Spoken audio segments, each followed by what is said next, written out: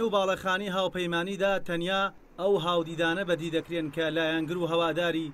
دوو سەرکردەکەی پێشووی یەکگرتوو کۆمەڵی ئیسلامین و لەگەڵ بەرهەم ساڵحدا پارتە نوێیەکان دامەزراند. لە بەدواداچوونی ڕووداودا زانیاریمان دەستکەوت کە بەرهەم ساڵح پارتەکەی بۆ سربەخۆکان و لایەنگری ئەو دوو سەرکردە ئیسلامیە بەجێ دەهێڵێت. بە دڵنیاییەوە ئەوان دامەزرێنەر و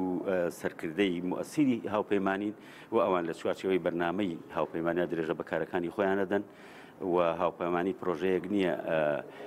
تەناهی لایەن و کەسێک ویان هیتەن بە تەنها کاک دکتۆر بەرهەمبێک کۆمەڵێ کادر کە ئەتوانم بڵێم لە هەرە باشترین سەرکردە و کادری لە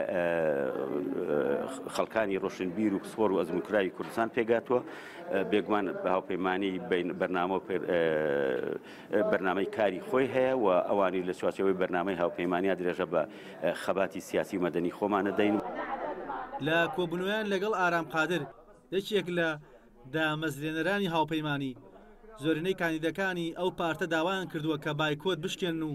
دەست بکەن بە بانگەشە و بەشداری هەڵبژاردن هەرچەندە ژمارەیەکیان سوورن لەسەر بایکۆت شکاندن بەڵام کۆبوونەوەکە ئەنجامەکەی بۆ یەک دوو ڕۆژی دیکە دواخرا. کۆبوونەوەیەکمان کرد و ڕاو سەرنجی خۆمانمان خستە ڕوو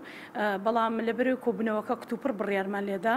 هەنێ لە هاوڕەکانمان نەیانتوانی بگەنە ئێرە وێ بڕیارماندا سبینە کۆبوونەوەیەکی کە بکەین و دوا بڕیاری خۆمان بدەین و بڕیارەکە حتما لەژێر چەتری هاوپەیمانی ئەبێت. هاوپەیمانی بەردەوامی ئەبێت و سەرکردایەتێکی تازە ئەبێت ئەگەر هاتوو سەرکردایەتە تازە داهاتشێت بڕیارەدات و ئەو کاتێک کە بڕیاریدا بڕیارەکە لە قازانجی هاوپەیمانی و بەرنامەی هاوپەیمانی ئەبێت بڕیارەکەش بۆ شێوازەیە ئەوەتە بە شێوازێکی فەرمی حملەی بایکۆت دەست پێکات یا ئەوەتە بە کاندیدەکانی خۆیڵێ ئازاد بن بەشدار بن یا بەشدار مەنەبن. ئەوەی زانیاری پشتڕاستکراوەیە لای ڕوودا و هاوپەیمانی بە هەمان دروشم ناو لۆگۆ و دامەزراوە بەردەوام دەبێت بەڵام چەند ڕۆژی داهاتوو دەستەی سەرۆکایەتی و بەڕێوەبردننی نوێ هەڵدەبژێرن.